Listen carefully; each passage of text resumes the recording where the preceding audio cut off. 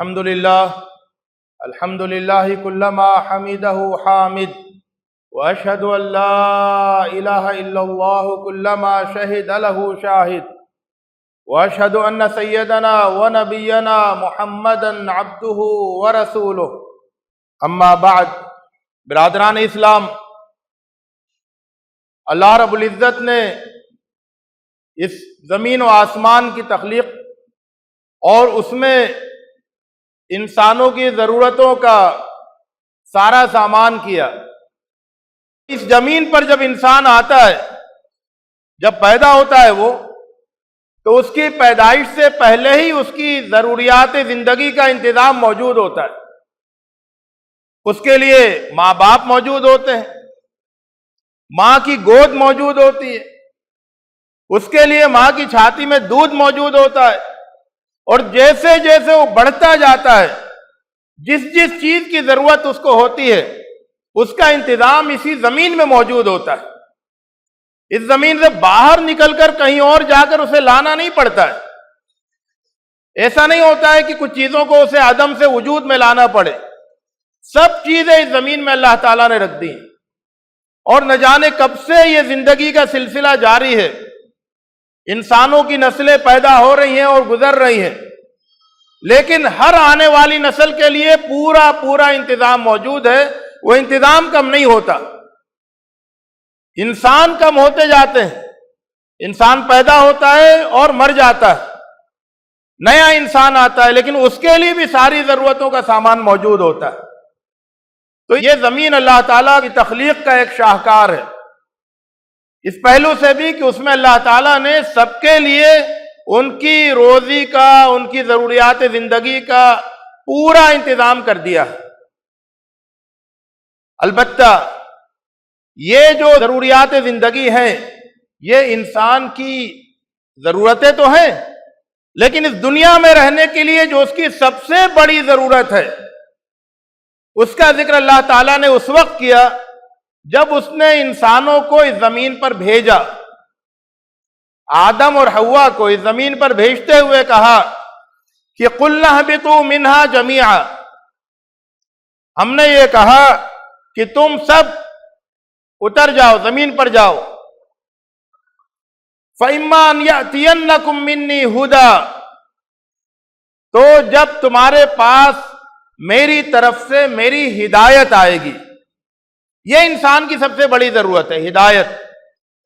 فرمایا فَمَن تَبِعَ هُدَايَ فَلَا خَوْفٌ عَلَيْهِمْ وَلَا هُمْ يَحْزَنُونَ، جو میری ہدایت کی پیروی کرے گا، اسے اختیار کرے گا، تو اس کے لیے کوئی ڈر نہیں ہوگا اور کوئی غم بھی نہیں ہوگا۔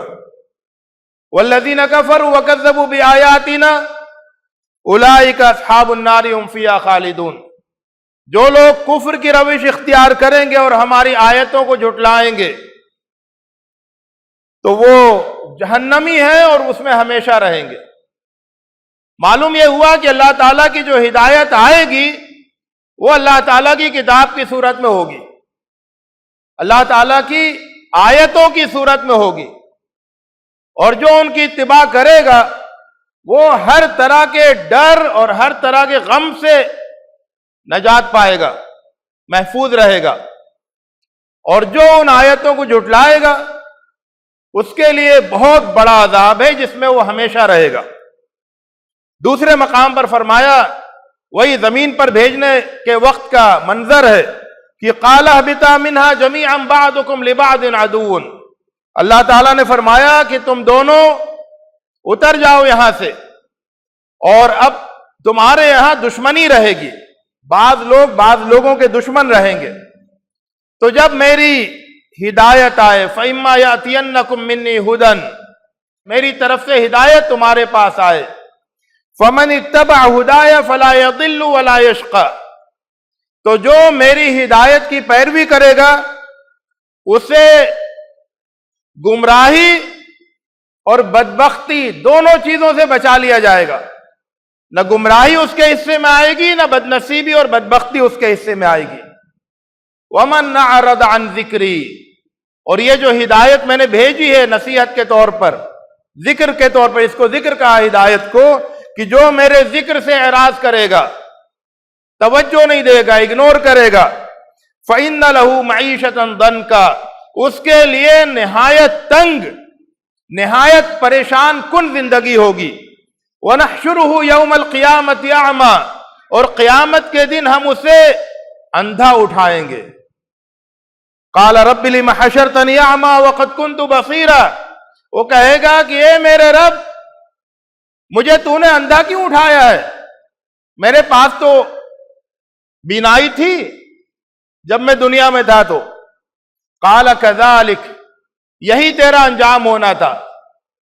أَتَتْكَ آيَاتُنَا فَنَسِيتَهَا وَكَذَلِكَ الْيَوْمَ تُنْسَى، ہماری آیتیں تمہارے پاس آئی تھیں، تم نے ان کو بھلایا، تم نے ان پر توجہ نہیں دی، تمہیں تو ان کو مضبوطی سے تھام لینا چاہیے تھا، لیکن تم نے ان کو بالکل چھوڑ دیا، تو آج تمہیں بھی بھلا دیا جائے گا۔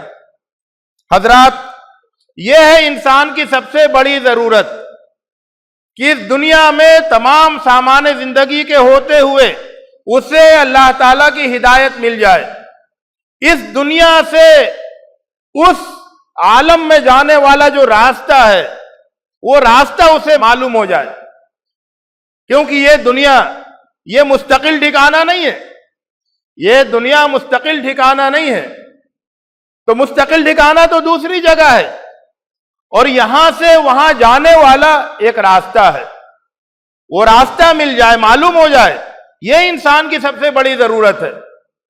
کلاس روم میں کرسی میز ہو، بلیک بورڈ بھی ہو، پنکھے بھی لگے ہوں، روشنی کا بھی مناسب انتظام ہو، ساری سہولتیں ہوں، یہ سب اپنی جگہ مطلوب ہیں، مناسب ہیں، ضروری ہیں، لیکن وہاں تعلیم کا انتظام ہو۔ اگر وہ نہیں ہے تو پھر وہ کلاس روم نہیں ہے۔ اس دنیا میں رہتے ہوئے تمام سامان زندگی سے فائدہ اٹھاتے ہوئے اگر اس دنیا سے اس عالم میں جانے والا راستہ معلوم نہیں ہوا اور وہ راستے پہ نہیں چلے اور وہاں پر جو کامیابی کی منزل ہے وہاں نہیں پہنچے، تو پھر تو یہ سارا سامان زندگی کس کام کا؟ یہ سب پیچھے رہ جائے گا اور آدمی ناکامی کے کھڈ میں جا گرے گا، جسے قرآن مجید نے جہنم کہا ہے۔ حضرات، یہ جو انسان کی سب سے بڑی ضرورت ہے ہدایت، اس ضرورت کو اللہ تعالیٰ نے قرآن مجید میں سب سے پہلی صورت میں بہت اہتمام کے ساتھ ایک دعا کی صورت میں رکھ دیا ہے۔ یہ وہ دعا ہے جو ایک شخص جو قرآن مجید پر ایمان لاتا ہے وہ اپنی زندگی میں سب سے زیادہ اس دعا کو پڑھتا ہے۔ آپ لوگ سب سے زیادہ اپنی زندگی میں اگر کوئی دعا پڑھتے ہیں، سب سے زیادہ اہتمام کے ساتھ، سب سے زیادہ پابندی کے ساتھ، سب سے زیادہ کثرت اور تکرار کے ساتھ، تو وہ یہ دعا ہے جو سورہ فاتحہ میں ایک بہت خوبصورت فریم میں بالکل بیچ میں سجا کے رکھی ہے۔ سورہ فاتحہ قرآن مجید کی پہلی سورت ہے، اور یہ سورہ فاتحہ نماز کا حصہ ہے۔ اللہ تعالیٰ نے نماز کو اسلام کا رکن بنایا، اور نماز میں سورہ فاتحہ کو نماز کا رکن بنایا۔ اللہ کے رسول صلی اللہ علیہ وسلم نے فرمایا کہ جس نماز میں سورہ فاتحہ نہیں پڑھی گئی، فَهِيَ خِدَاجٌ فَهِيَ خِدَاجٌ فَهِيَ خِدَاج، وہ رائے گاہ ہے، کسی کام کی نہیں ہے۔ تو یہ اہتمام ہے سورہ فاتحہ، اور سورہ فاتحہ میں وہ دعا ہے جس دعا کو ہم روزانہ کئی مرتبہ کرتے ہیں، ہر رکعت میں کرتے ہیں، اور وہ دعا ہے اہدنا الصراط المستقیم، ہمیں سیدھا راستہ دکھا دے۔ تو سیدھے راستے کی ہدایت یہ ایک بندہ مومن کی سب سے زیادہ مانگی جانے والی دعا ہوتی ہے، سب سے زیادہ اہتمام اور پابندی کے ساتھ مانگی جانے والی دعا ہوتی ہے۔ صراط مستقیم دکھا دے، صراط مستقیم کی ہدایت دے، صراط مستقیم پر چلا دے۔ حضرات، یہ وہی ہدایت ہے جس کے بارے میں کہا گیا انسان کو، حضرت آدم کو دنیا میں بھیجتے ہوئے، کہ جس کے پاس میری ہدایت آئے گی تو جو اس کو مان لے گا، اس کی اتباع کرے گا، وہ کامیاب ہوگا۔ تو یہ جو دعا ہم مانگتے ہیں سورہ فاتحہ میں، یہ دعا ہماری سب سے بڑی ضرورت کا اظہار ہوتا ہے۔ اسی لیے جب بھی آپ سورہ فاتحہ پڑھیں اور اس دعا کی ادائیگی کریں تو دو احساسات ضرور تازہ کریں۔ پہلا احساس یہ کہ میری سب سے بڑی ضرورت اس دنیا میں صراط مستقیم کی ہدایت ہے۔ یہ احساس آپ کے دل میں تازہ ہونا چاہیے کہ میری سب سے بڑی ضرورت صراط مستقیم کی رہنمائی ہے، وہ ضرورت میری سب سے بڑی ضرورت ہے۔ اور دوسرا احساس یہ ہونا چاہیے کہ اللہ تعالیٰ نے اس ضرورت کی تکمیل کا انتظام کیا ہے، اس لیے اس انتظام سے مجھے فائدہ اٹھانا ہے۔ یہ میری سب سے بڑی ضرورت ہے اور میں اللہ تعالیٰ سے دعا کرتا ہوں بار بار، اور اللہ تعالیٰ نے اس دعا کی تکمیل کا انتظام کیا ہے اور میں اس انتظام سے پورا فائدہ اٹھاؤں گا۔ وہ انتظام کیا ہے؟ وہ انتظام پھر جب سورہ فاتحہ کے بعد سورہ بقرہ کے بالکل شروع میں کہہ دیا گیا کہ الف لام میم ذالک الکتاب لا ریب فیہ ھدی للمتقین، کہ الف لام میم یہ وہ کتاب ہے جس کا وعدہ کیا گیا تھا، جس کا انسانوں کو انتظار تھا، جس کی خوشخبری دی گئی تھی، جو انسانوں کی سب سے بڑی ضرورت کی تکمیل کرتی ہے، اس میں کوئی شبہ نہیں ہے۔ اور یہ کیا ہے؟ ھدی للمتقین، یہ ہدایت ہے، یہ کتاب ہدایت ہے متقین کے لیے، جنہیں اپنے انجام کی فکر ہے، ان کے لیے ہدایت یہ ہے۔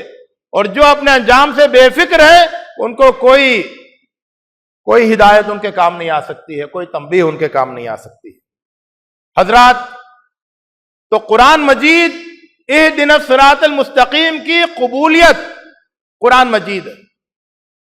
سورہ فاتحہ میں آپ دعا کرتے ہیں اہدنا الصراط المستقیم، اور پورا قرآن مجید صراط مستقیم کی ہدایت ہے، جس کو کہیں پر کہا گیا ھدی للمتقین، کہیں کہا گیا ھدی للناس، سارے انسانوں کی ہدایت، کہیں کہا گیا ھدی ورحمۃ للمؤمنین، کہ ہدایت و رحمت ہے مومنوں کے لیے، کہیں کہا گیا ھدی وبشریٰ للمحسنین، کہ ہدایت ہے اور خوشخبری ہے بہتر، خوب، نیک، اچھے کام کرنے والوں کے لیے۔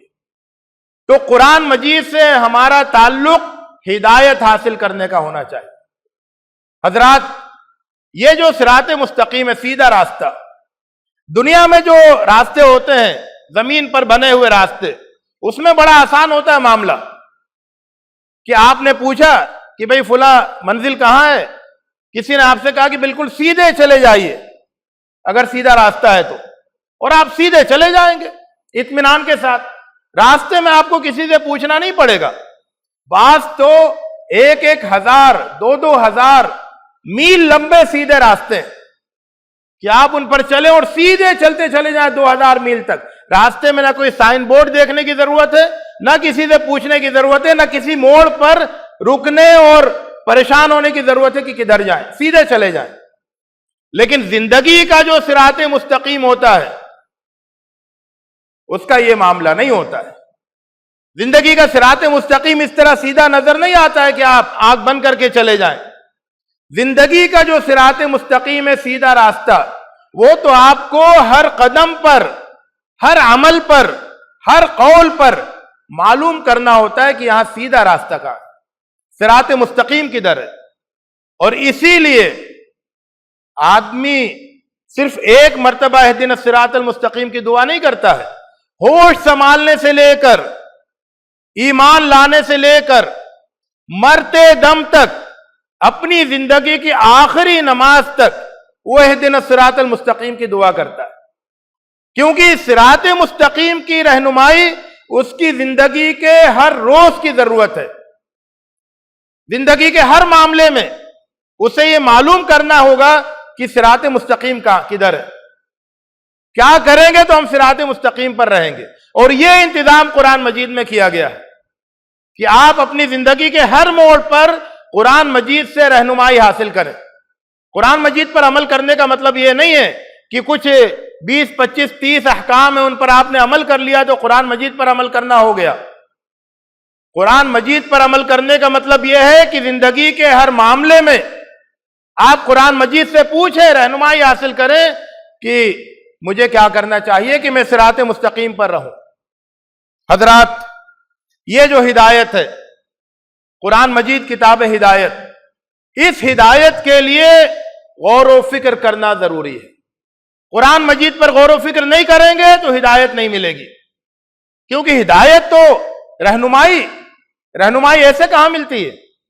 اس کے لیے تو اپنے دماغ کو لگانا ہوتا ہے، استعمال کرنا ہوتا ہے، تب رہنمائی ملتی ہے۔ سائن بورڈ سامنے بنا ہوا ہے، اس پر اشارے بھی بنے ہوئے ہیں کدھر جانا ہے، تو اس کو سمجھنے کے لیے بھی آپ کو دماغ لگانا ہوتا ہے۔ اگر آپ نے دماغ پر تالا لگا دیا ہے تو آپ سامنے کے بالکل واضح ترین سائن بورڈ کو نہیں سمجھ سکیں گے۔ اگر کوئی راستہ بتائے تو اس کو سمجھنے کے لیے بھی دماغ لگانا ہوتا ہے۔ تو قرآن مجید کتاب ہدایت ہے، اور اس سے ہدایت حاصل کرنے کے لیے غور و فکر ضروری ہے۔ اس لیے قرآن مجید میں قرآن مجید نازل کرنے کا مقصد بتایا گیا، غور و فکر کرنا۔ فرمایا گیا کہ کتاب انزلناہ الیک مبارک، یہ کتاب ہے، اسے ہم نے آپ کی طرف نازل کیا ہے، یہ بابرکت ہے، زندگی کو برکتوں سے بھر دینے والی ہے۔ یہ کتاب کیوں ہم نے نازل کی ہے؟ لیدبروا آیاتہ، کہ لوگ اس کی آیتوں پر غور کریں، ولیتذکر اولو الالباب، اور جنہیں عقل دی گئی ہے، اللہ تعالیٰ کی طرف سے عقل دی گئی ہے، وہ اس سے نصیحتیں نکالیں، رہنمائی حاصل کریں۔ حضرات، یہ اصل مقصد ہے قرآن مجید کا۔ سب سے اہم تعلق قرآن مجید کا وہ غور و فکر کا تعلق ہے۔ غور و فکر کے ذریعے سے آپ کو رہنمائی حاصل ہوتی ہے۔ غور و فکر کے ذریعے سے آپ کو یہ معلوم ہوتا ہے کہ قرآن مجید کیا کیا کرنے کو کہتا ہے۔ غور و فکر کے ذریعے سے آپ کو اطیعوا اللہ و اطیعوا الرسول کے تقاضے معلوم ہوتے ہیں کہ اللہ اور اس کے رسول کی اطاعت کیسے کیسے کہاں کہاں کرنی ہے۔ تو قرآن مجید کے سارے حقوق آپ کو معلوم ہوتے ہیں جب آپ قرآن مجید کی آیتوں پر غور و فکر کرتے ہیں۔ ہمارے ہاں قرآن مجید سے تعلق کے بہت سے مظاہر ہیں۔ یہ مظاہر، یہ کوششیں، یہ اس منزل سے جڑی ہوئی ہونی چاہیے، تب تو یہ بہت اچھی ہیں۔ ورنہ یہ کوششیں اگر اس مقصد سے، غور و فکر کے مقصد سے جڑی ہوئی نہیں ہیں تو پھر وہ گویا کہ آپ آدھے راستے پہ جا کے رک گئے۔ بچے کو آپ قرآن کا قاعدہ پڑھاتے ہیں، ناظرہ پڑھنا سکھاتے ہیں، بہت اچھی بات ہے، لیکن اسی وقت اس کے ذہن میں یہ بٹھائیے کہ یہ جو میں قرآن مجید کا ہم تمہیں ناظرہ پڑھا رہے ہیں، قاعدہ پڑھا رہے ہیں، ناظرہ پڑھا رہے ہیں، اس کا مقصد یہ ہے کہ آگے چل کے تم قرآن مجید کی تلاوت کرو گے اور قرآن مجید کی آیتوں پر غور و فکر کرو گے۔ آپ قرآن مجید حفظ کرائیے، لیکن حفظ کرانے کا مقصد یہ بتائیے، اس کے ذہن میں یہ ہو کہ حفظ کرنا ہے تاکہ پورا قرآن مجید تمہارے دل اور دماغ میں محفوظ ہو جائے، اور جب تم قرآن مجید پر غور و فکر کرو تو تمہیں بہت آسانی ہو قرآن مجید پر غور و فکر کرنے کی، ایک ایک موضوع پر ساری آیتیں تمہارے سامنے آ جائے، ذہن کے سامنے۔ آپ قرآن مجید کی تجوید، خوش الحانی سکھائیے، لیکن اس کا بھی مقصد یہی ہو کہ میں بہت خوش الحانی کے ساتھ قرآن مجید پڑھوں تاکہ قرآن مجید پر غور و فکر کی راہیں روشن ہو جائیں۔ قرآن مجید کا ترجمہ، قرآن مجید کی تفسیر، وہ بھی پڑھیے، اور ترجمہ اور تفسیر پڑھتے وقت بھی یہ مقصد ہونا چاہیے کہ ترجمہ اور تفسیر پڑھ لینا کافی نہیں ہے، بلکہ یہ اصل میں راستہ ہے تاکہ قرآن مجید پر غور و فکر ہو، قرآن مجید سے رہنمائی حاصل کرو۔ تو یہ ساری کوششیں، ناظرہ پڑھنا، حفظ کرنا، قرأت سیکھنا، اور ترجمہ اور تفسیر پڑھنا، قرآن کو تراویح میں سننا، قرآن مجید کو بار بار ختم کرنا، یہ سب چیزیں اس لیے ہوں کہ قرآن مجید میں آپ غور و فکر کریں۔ یہ سب کوششیں اس مقصد سے جڑی ہوئی ہوں۔ وہ مقصد فوت ہو جائے تو پھر یہ کوششیں ادھوری ہیں۔ ایسا ہو سکتا ہے کہ ایک شخص حافظ قرآن ہو، زندگی بھر وہ ہر سال کئی بار ختم کرتا ہو، لیکن اگر اس نے قرآن مجید میں غور و فکر نہیں کیا، قرآن مجید سے صراط مستقیم کی رہنمائی نہیں لی، تو اس کا کام ادھورا ہے۔ کسی نے قرآن مجید کا ناظرہ پڑھ لیا، محنت کر کے سیکھ لیا، لیکن پھر اس نے تلاوت کر کے ترجمہ تفسیر کے بعد قرآن مجید میں غور و فکر نہیں کیا. کسی نے عربی بھی سیکھ لی, اب بغیر ترجمہ تفسیر کے اس کو سب کچھ سمجھ میں آ رہا ہے, پھر بھی اگر اس نے غور و فکر نہیں کیا تو اس کی محنت ادھوری ہے, کوششیں ادھوری ہیں. منزل سے راستوں کو جڑا ہوا ہونا چاہیے. حضرات, امام سیوطی رحمۃ اللہ علیہ نے فرمایا کہ قرآن مجید کو غور و فکر کے ساتھ پڑھنا یہ بہت اچھی بات ہے, غور و فکر کے ساتھ پڑھنا چاہیے, کیونکہ فَهُوَ الْمَقْصُودُ الْأَعْظَمُ وَالْمَطْلُوبُ الْأَهَمُ, یہی عظیم ترین مقصد ہے اس کا, یہی اہم ترین مطالبہ ہے اس کا. اسی سے وَبِهِ تَنشَرِحُ الصُّدُورُ وَتَسْتَنِيرُ الْقُلُوبُ, سینوں کی کشادگی اور دلوں کی روشنی وہ اسی سے حاصل ہوگی جب آپ قرآن مجید بے غور و فکر کریں گے اور قرآن مجید کو پڑھیں گے غور و فکر کرتے ہوئے.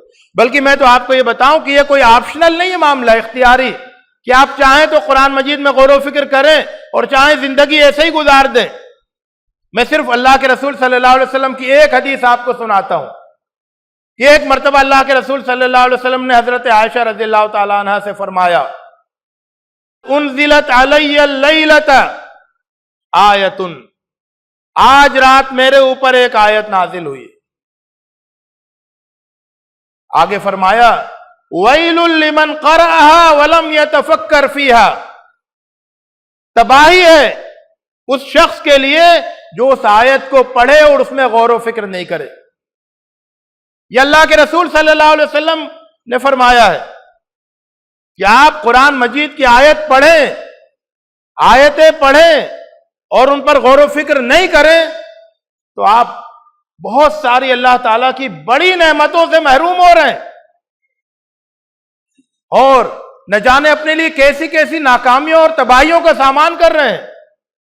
تو اللہ کے رسول صلی اللہ علیہ وسلم نے ضروری قرار دیا ہے کہ قرآن مجید کو پڑھو, اس کی آیتوں کو پڑھو تو اس میں غور و فکر کرو. فرمایا کہ ویل لمن قرأها ولم يتفکر فیہا, تباہی ہے اس کے لیے جو اسے پڑھے اور اس میں غور و فکر نہیں کرے. حضرات, آخر میں صرف آپ کو یہ کہوں گا, اپنا ایک روزانہ کا منصوبہ بنائیے, ایک ڈیلی پلان بنائیے کہ آپ صبح میں قرآن مجید کی کچھ آیتیں پڑھیں گے, آیتوں پر عربی نہیں آتی ہے تو ترجمہ اور تفسیر سے ان آیتوں کو سمجھیں گے, ان پر غور و فکر کریں گے, اور غور و فکر کرنے کے بعد پھر قرآن مجید کی ان باتوں کو جو آپ نے سمجھی, جن پر آپ نے غور و فکر کیا, انہیں دن بھر چرچے میں لائیں گے. اپنے بھائی بہنوں کے سامنے ذکر کریں گے, اپنے والدین کے سامنے ذکر کریں گے, اپنے بچوں کے سامنے ذکر کریں گے, اپنے پڑوسیوں سے ان کا ذکر کریں گے, اسکول جائیں گے تو اپنے ساتھیوں سے اس کا ذکر کریں گے, اپنی جاب پر جائیں گے, کارخانے جائیں گے, دکان پہ جائیں گے, وہاں لوگوں سے اس کا ذکر کریں گے, اور جہاں آپ بیٹھیں گے چائے خانے پر, یہاں وہاں گفتگو کے لیے, وہاں اس کا ذکر کریں. قرآن مجید کی باتوں کا, قرآن مجید کی رہنمائیوں کا زیادہ سے زیادہ تذکرہ ہونا چاہیے ہمارے ذریعے سے. تو اس طرح سے ہر آدمی قرآن مجید کے پیغام کو روزانہ کچھ لوگوں تک پہنچانے والا بن جائے, کہ وہ صبح میں قرآن مجید کی ایک آیت پڑھیے. اللہ کے رسول صلی اللہ علیہ وسلم نے فرمایا, بلغوا عنی ولو آیا, ایک آیت پہنچا دو, پہنچاؤ میری طرف سے, یہ قرآن میری طرف سے تم کو ملا, اس کو پہنچاؤ لوگوں تک, چاہے ایک آیت پہنچا دو. تو ایک آیت پہنچانے کا طریقہ یہ ہے کہ آپ صبح میں پڑھیں, اس کی تلاوت کریں, اس کا ترجمہ تفسیر پڑھیں, سمجھیں, اس پر غور کریں تھوڑی دیر تک کہ اس میں اللہ تعالیٰ نے کیا رہنمائی کی ہے ہماری زندگی کے لیے, اور اس کے بعد اس رہنمائی کو کئی لوگوں سے ذکر کریں, تاکہ ہمارے پورے ماحول میں قرآن مجید کی تعلیمات, جو بہت بہترین تعلیمات ہیں, زندگی کو بہت عمدہ بنا دینے والی تعلیمات ہیں, ان تعلیمات کا بار بار ذکر ہو, جگہ جگہ ذکر ہو.